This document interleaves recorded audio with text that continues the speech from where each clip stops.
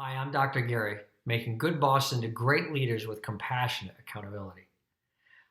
Step three of the 7 steps of intentional leadership is strengths. The, what, the, no, not that kind of strength.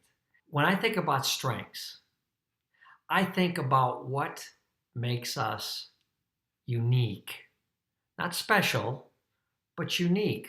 What things can we do that other people look at and they say, wow, how do you do that? When I think back of a conversation I had with my dad about 10 or 15 years ago, my dad in the early 60s redesigned the submarine sonar systems of the United States Navy because he had this way of looking at electronics diagrams. He said I could lay these diagrams out and I would just study them and just stare at them. And he could kind of sense the electrons moving through the wires. But he could kind of sense it, feel it, flow with it. He get a visual picture of it and see where the constraints were, where the problems were. He redesigned the sonar systems for submarines and doubled the sonar ability in the 1960s.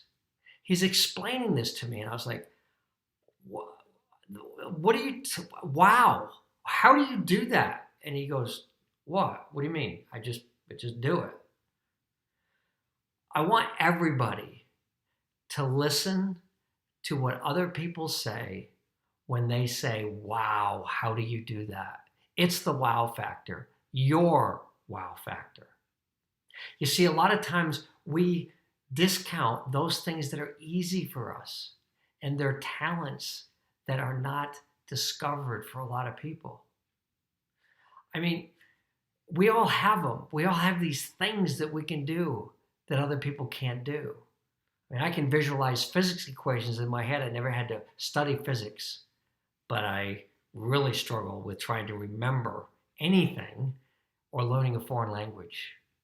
See, I really think that growing up from about 5 to 18 years old, our education system in a lot of ways has messed us up. It's messed us up in this way. You get a report card and you got, 3 A's, 2 B's, and a D. The focus becomes on the D. You say, what about the A and the B's? What about those? We often forget to recognize the strengths. Yes, we have to get that D up. We need to do better because it's part of the process of education. As we get older, focusing on those things that we're average at is not going to make us excel. It's not going to help us succeed in a lot of the things.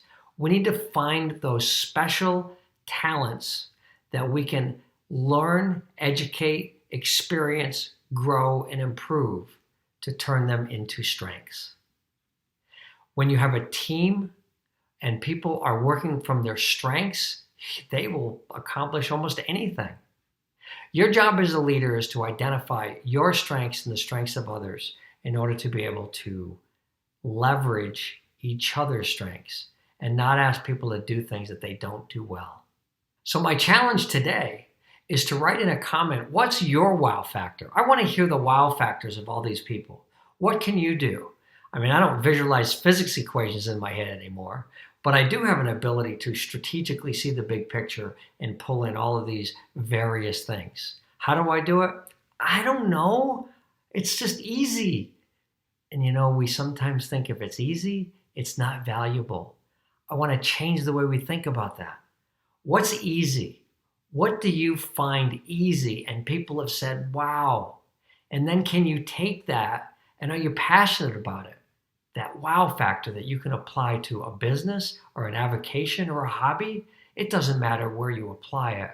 What we find is if we can take these strengths, these talents that we have and build them and grow them, we can do tremendous things to feel fulfilled and in many cases to help others. Leaders find that in others. They don't just find it in themselves, but they take those pieces and they put them together in teams and ask people to do the things that they do really, really well.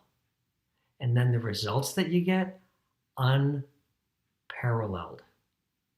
So my challenge again, what's your wow factor? Share that with us. Love to hear what the wow factors are, what you found out about yourself that you can do that most people can't.